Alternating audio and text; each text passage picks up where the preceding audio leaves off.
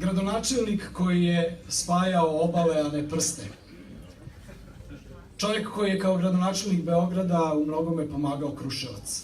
Čovjek koji je kao direktor Narodne kancelarije obezbedio da mnogi ovde dobiju svoj dom. Čovjek koji je 2 puta pobedio Aleksandra Vučića i uskoro očekujemo da na semaforu vidimo 3:0. Osnivač Saveza za Srbiju, Dragan Đilas.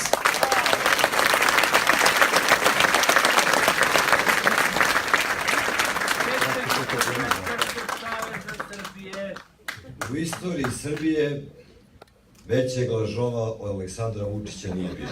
Tako je. Drage Kruševljanke, poštovani Kruševljani, večeras ovde zajedno sa vama sede ljudi koji predstavljaju određene opozicione grupacije. Osim nas koji smo se večeras obratili, tu su i Milan Stamatović, Zdrava Srbija, Slaviša Ristić, Pokret otadžbine sa Kosova i Metohije, Željko Veselinović ispred Udruženja sindikata Sloga, Janko Veselinović ispred Pokreta za preokret i naravno da zaobilazni Đorđe Vukadinović ispred Đorđe Vukadinovića.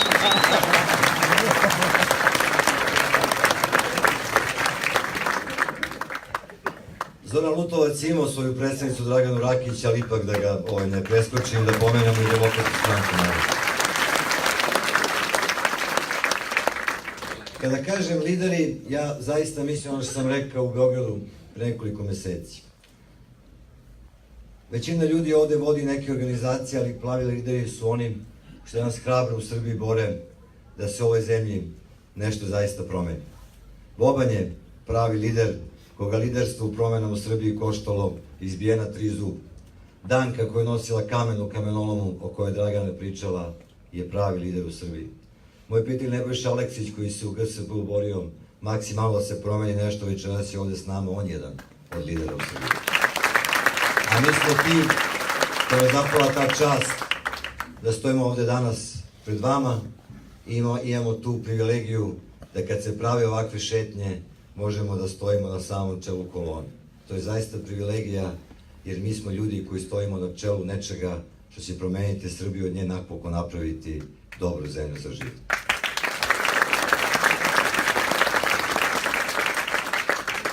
Borko Stefanović, Boban i njihovi saboraci napadnuti su pre 7 dana. Trojica kriminalaca koji su taj čin učinili, koji imaju preko 30 godina, su uhapšeni, pritvore, nalaze se u pritvoru.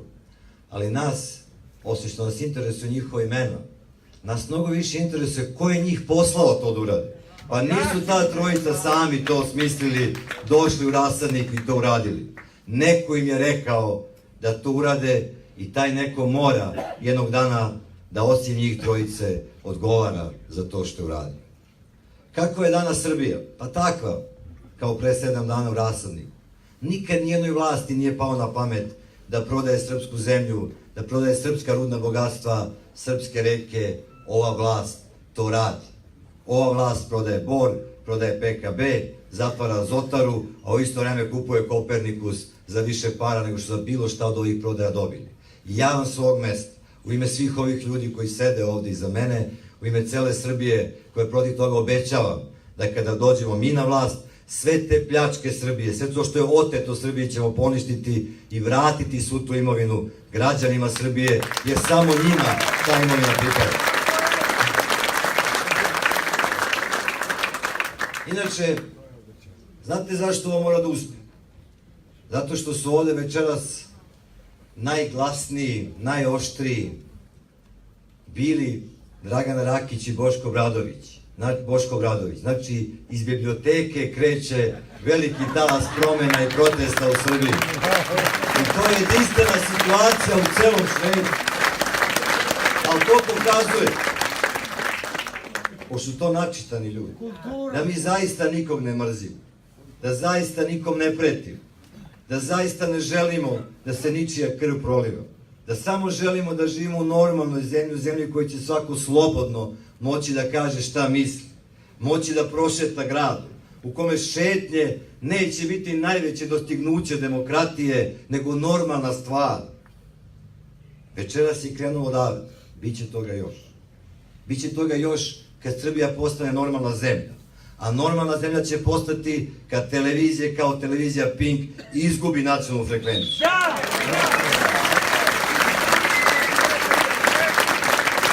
Normalna zemlja ćemo postati kada svako od nas bude mogao normalno da gostuje javnom servisu i da odgovori na sve one laži koje Aleksandar Vučić ispričao u ponedeljak uveče.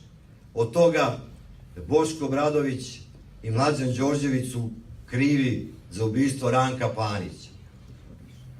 Pa preko svih onih reči o svakom od nas, do toga da moje bogatstvo u toj emisiji sa 300 miliona poraslo na 500, da je trajala još jedno sat i po, već bih imao milijardu i onda bi bilo mnogo lakše, ne bi morali Dragana i Marinika od ovih biznisa sa drogom da finansiraju savez, mogli bi sve to lakše da ostvari.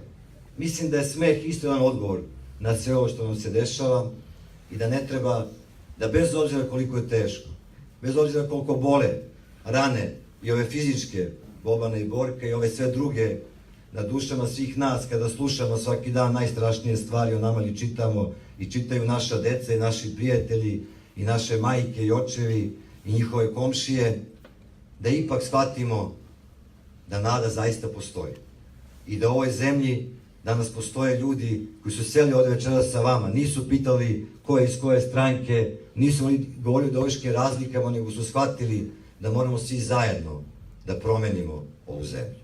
I mi ćemo to zaista i uraditi. Ja ću na kraju reći još dve stvari. Pošto ovdje ima više predstavnika, više stranaka, neću ispričati svoju omiljenu priču o Zovanu Lutovcu, njegovom sinu i od koga za koga će glasati, ali mogu onu drugu priču Boška Obradovića, koji, dok mu ja to nisam ukrao, pošto sam govorio jedan put pre njega, pa je onda odustao, stalno završavao svoje govore pričom iz serije Grlom u jagodi. Kada Bane Bumbar beži u inostranstvo, hoće u Italiju da pređe i ovaj sad koji to radi, prevodi te ljude u ono vreme, ne demokratsko naravno, ne ovo sadašnje demokratsko, on mu kaže, od čega ti momak bežiš, zašto ideš? A on mu sad nabraja problemi, ne znam, devojka, vamo, tamo, ne razumiju ga roditelji, tako dalje, i tako dalje. I njemu ovaj čovjek kaže, momak, od toga se ne beži, to se pobeđuje. Mi smo se okupili ovde jer ne želimo da bežimo, ili što bi rekao Boško Obradović, da bežimo, može jedno i drugo. Znači, nećemo ni da bežimo, ni da bežimo, nego hoćemo zaista da se borimo za bolju Srbiju.